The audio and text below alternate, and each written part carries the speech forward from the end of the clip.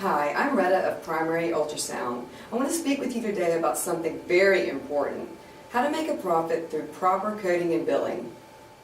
I work in a medical practice, and I see how difficult it is to be paid for taking care of patients.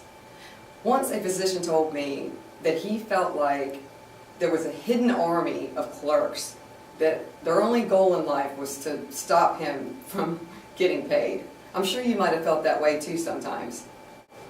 Every physician knows that medical billing is too complex. It really shouldn't be this difficult to get reimbursed. Here at Primary Ultrasound, we have a lot of experience with medical billing.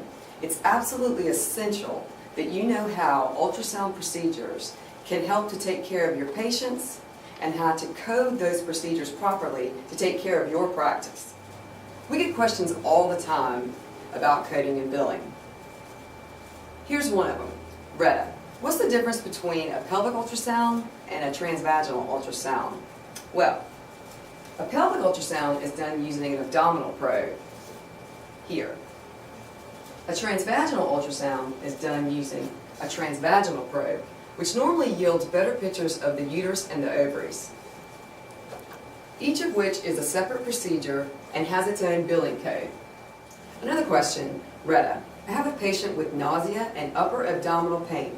I'd like to check the gallbladder for stones. How would I go about coding for a gallbladder ultrasound? When you're looking at just one organ in the abdomen, such as the gallbladder, this would be considered a limited abdominal ultrasound, and that is how you would code that ultrasound. Another question, Retta, I want to aspirate a breast mass and use my ultrasound to help me find the cyst and see if I've removed all the fluid.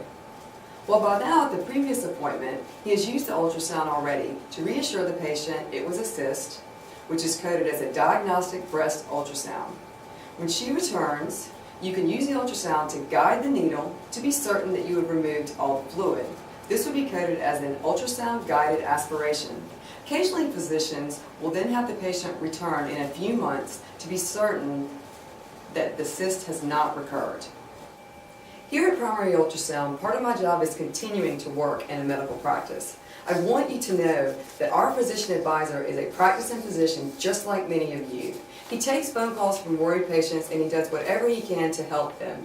Knowing how to use ultrasound and how to code ultrasound is a very important part of his practice. We want you to do well in your practice. I'll do whatever I can to help you. Just ask for Retta at Primary Ultrasound. Our phone number is 843-421-2164. Thank you for your time.